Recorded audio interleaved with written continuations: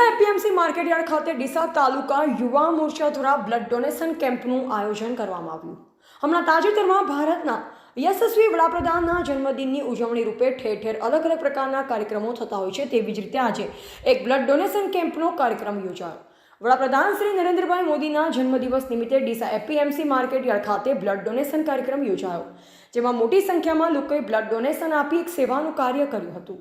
ડીસા તાલુકા યુવા મોરચા દ્વારા blood donation કેમ્પનું આયોજન કરવામાં આવ્યું અને મોટા પ્રમાણમાં લોકોએ બ્લડ આપી અને એક સેવાનો લાભ લીધો અને મોટા પ્રમાણમાં બ્લડની બોટલ એકત્રિત થઈ હતી, જેમાં મોટી સંખ્યામાં લોકોએ બ્લડ ડોનેશનમાં ભાગ લીધો।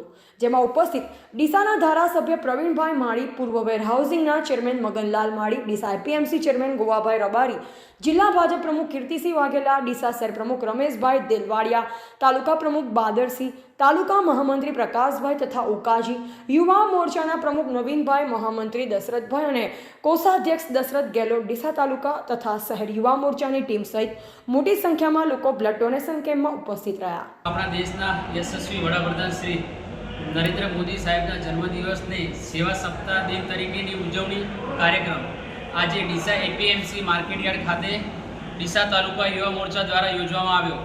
બહુ ઉત્સાહી લોકો બ્લડ ડોનેશન કરવા માટે લોકો જોડાયા અને સારી એવી બ્લડ આવક પણ આવી છે અને સૌ ઉત્સાહી લોકો ઉત્સાહભર મોદી સાહેબના જન્મદિવસને ઉજવણી તરીકે અમે સેવા સપ્તાહ દિનની ઉજવણી તરીકે ઉજવણી કરી હતી। શું નામ તમારું? નવીનભાઈ ગેહલોત, ડીસા તાલુકા યુવા મોરચા પ્રમુખ। એવા અમૃતમાળી, સંબંધ ભારત ન્યૂઝ, ડીસા।